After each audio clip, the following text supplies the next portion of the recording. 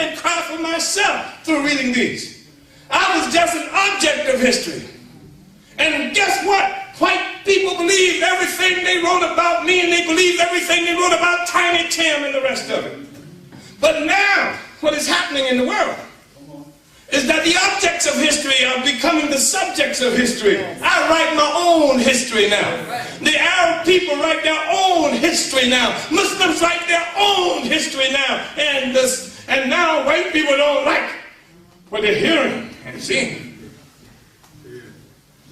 What do you mean? I never thought of myself like that.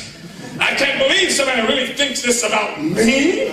How can you say this about me? All of my good intentions, how nice I was, how much I did for you. How can you think this about me? That's part of what we're running into.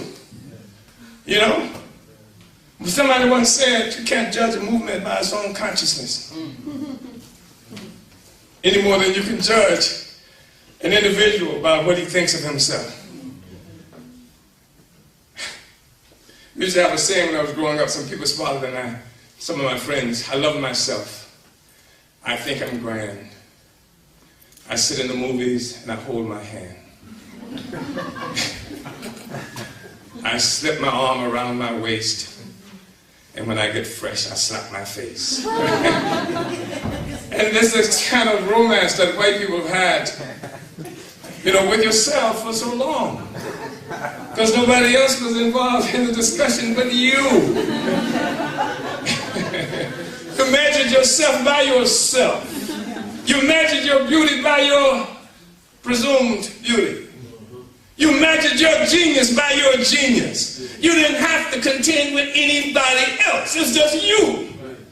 It ain't like that no more. So that complicates the discussion now that we're involved in. And that's one of the difficulties that we are having.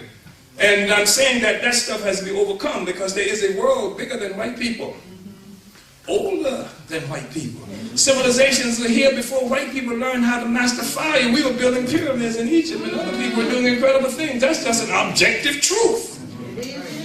See? So we have to change some of these opinions that we have about ourselves and about other people. And that's one of the things that people around the world are saying. And nobody wants to debate the question. That's why they say. I remember, you know, right after 9/11, said, we don't care. We don't want to know why they did it. Just kill everybody. That was the response to it. Just kill everybody. Don't debate it. Just kill everybody. Just wipe it out. We don't want to have this discussion, but damn it, the discussion is going to be had. Now, I don't want to be a part of America. And conscious Africans do not want to be a part of this America. Conscious Africans want freedom. And you have a responsibility as white people to stand with me in my struggle for freedom.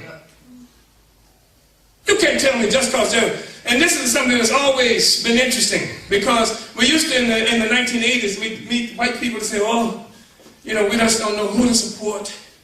You know, you got you saying this over here, and the NAACP saying this over there, and this other group saying this over there. And it was just nonsense, just not to take a stance.